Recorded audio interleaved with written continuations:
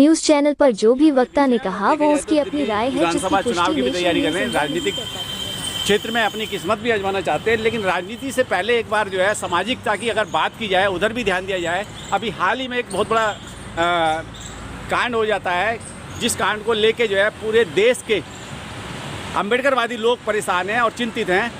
वो है बाबा साहब की प्रतिमा का मामला। हो सकता है आपको भी जानकारी होगी कि अभी पिछले महीने 3 तारीख में जो है रातों रात जो है चुनाव के परिणाम से पहले जो है मोदी सरकार ने बाबा साहब की स्टेचू हटा दी गई पार्लियामेंट के अंदर से।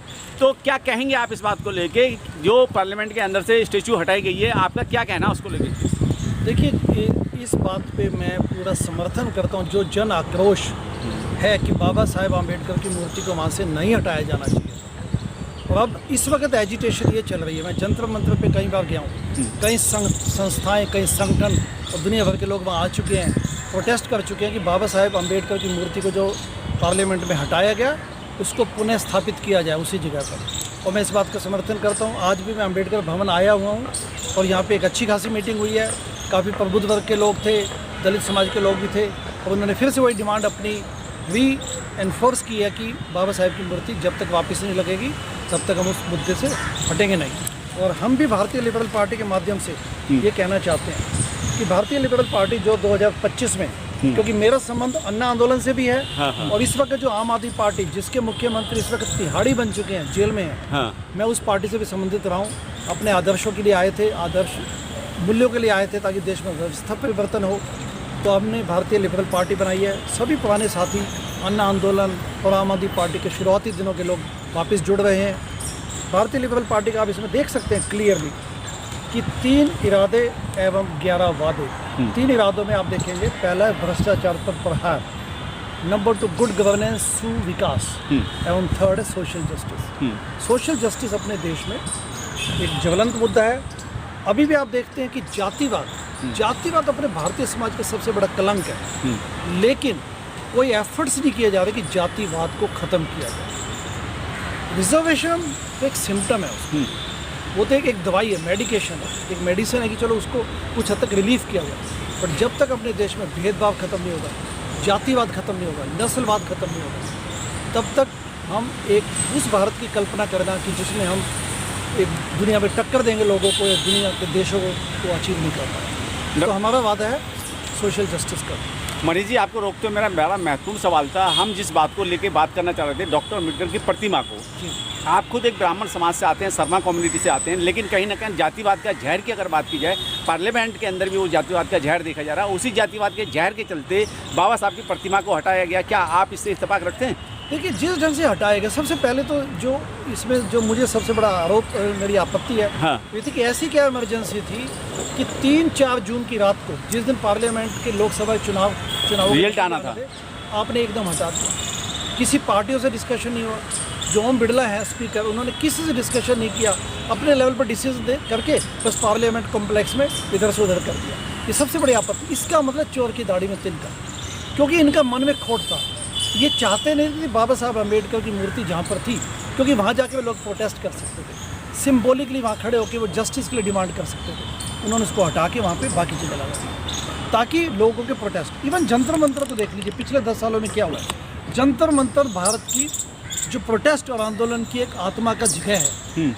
जंतर मंतर को छावनी में बदल दिया गया। छावनी में परमिशन लेनी पड़ती है पुलिस स्टेशन जाके पहले, जबकि पहले जंतर मंतर पर कोई भी जाके कभी भी प्रोटेस्ट कर सकता है। प्रोटेस्ट करना, अपनी बात का रखना डेमोक्रेसी का अंतरंग हिस्सा है, लेकिन ये जंतर मंतर को भी इन्होंने तब्दील कर दिया है। आप और आपकी पार्टी क्या इस मुद्दे पे भी जो है जंतर मंतर पे, जैसे आज दिल्ली एनसीआर के बहुत सारे लोग इकट्ठा हुए, संगठन इकट्ठा हुए, तो क्या आपका भी समर्थन रहेगा इस आंदोलन में? आप भी शामिल होंगे, आपकी पार्टी भी शामिल होगी? बिल्कुल। 9 अगस्त को फंक्शन है, अगला इवेंट है अपना। आज कमेटी बनाई गई है अम्बेडकर भवन में, जो आज सैनिक समता दल एवं अन्य दल के लोग आए हैं आज वहाँ पे, और अपने दलित समाज के लोग भी आए। उन्होंने सबने एक कमेटी बनाई है।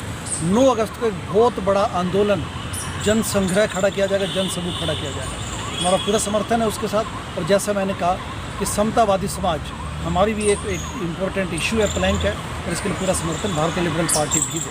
वर्तमान में केंद्र की सरकार कहीं ना कहीं भारतीय संविधान को निस्ते नाबूद करना चाहती है, उसके रचयिता उसको लिखने वाले डॉक्टर अम्बेडकर को धूमिल करना चाहती है, लेकिन इस देश की आवाम जनता कहीं ना कहीं उनके विचारों से, उनकी आचारों से जो है प्रेरित होकर उसको आगे बढ़ाना चाहती है। तो आपकी पार्टी इसमें क्या कहेगी फिर?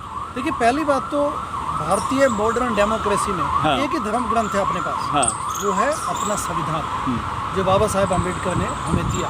खूबसूरत संविधान है, और उसको प्रिजर्व करना हर भारतीय का कर्तव्य भी बनता है। इस बार जो कूचाल चली गई कि संविधान पे अटैक किया जाए और 400 पार का नारा दिया गया ताकि हम संविधान के साथ खिलवाड़ कर सकें, ये प्रयास देश की जनता ने विफल कर दिया। तो इसलिए पूरा समर्थन है इस बात को। और वैसे भी क्योंकि मैं अमेरिका भी 22 साल रहा हूँ, जो बाइबल होती है किसी भी कंट्री की, आत्मा की, किसी भी डेमोक्रेसी की, लोकतांत्रिक देश की होती है उनका संविधान। तो उसी प्रकार से अपने देश में अपना संविधान की, जो अपने देश की जो धर्म ग्रंथ है वो संविधान है, इसको प्रिजर्व करना हमारी ड्यूटी है। डॉक्टर साहब, जिस तरीके से दिल्ली के मुख्यमंत्री बाबा साहब के स्टैचू को लेकर, बाबा साहब के संविधान को लेकर पंजाब में सरकार बना लेते हैं, लेकिन अभी तक उनके किसी भी मेंबर ऑफ पार्लियामेंट ने या किसी भी विधायक ने बाबा साहब के स्टैचू पे कोई भी जबान नहीं खोली है। इनके सबसे बड़ा जो दोगलापन है वो तो यहीं दिख जाएगा। आपको ध्यान होगा 2017 में अरविंद केजरीवाल ने पंजाब चुनाव से थोड़े दिन पहले बोल दिया कि पहला पंजाब में हम दलित डिप्टी सीएम बनाएंगे। पहली बात तो ये उठती कि दलित सीएम क्यों नहीं बनाओगे आप? क्यों? दलित सीएम बनाइए। अच्छा, कोई बात नहीं, चलो वो भी निकल गया क्योंकि उसमें तो सीटें ही नहीं मिले इनको। 2022 में जो चुनाव हुए पंजाब में, तो उसमें डिप्टी सीएम दलित बनाने से किसने मना किया? फुल मेजोरिटी है इनके पास। और तो और इनका दोगलापन, इनका वो देख लीजिए, इनकी जो बैड नीयत है वो देख लीजिए कि दिल्ली में social justice minister Rajendra Pal Gautam थे, जो आम आदमी पार्टी के एमएलए भी, उन्होंने कुछ ऐसा बयान दिया जो कि उनको अधिकार है कहने का। उसके बाद उसे इस्तीफा मांग दिया ताकि हिंदू लोग नाराज ना हो। उन्होंने क्या बोला था? उन्होंने महात्मा बुद्ध के बारे में बोला था, 22 प्रतिज्ञाओं के बारे में बोला था। 22 प्रतिज्ञाओं के बारे में बोला था, तो क्या गलत है उसमें? तो उस पर ये बोला कि नहीं, आप इस्तीफा दीजिए। इस्तीफा लिया गया ज़बरदस्ती, जबकि Rajendra Pal Gautam as a social welfare minister he was doing good job, उनको हटा दिया। तो ये जो, और उससे पहले संदीप वाल्मीकि, मैं उनको पर्सनली भी जानता हूँ। हाँ। तो मैं क्योंकि आम आदमी पार्टी से संबंधित रहा हूँ, सुल्तानपुर माजरा से विधायक रहे जी। जब मैं उनके सचिवालय में जाके उनके मिनिस्ट्री में बैठता था, क्योंकि मैं हेल्थ मिनिस्टर सत्येंद्र जैन जी का एडवाइज़र था, तो उसी 7वीं मंजिल पे उनका भी मिनिस्ट्री थी, सोशल वेलफेयर मिनिस्ट्री। वहाँ जाके बैठते थे, चाय पीते थे, बातें करते थे।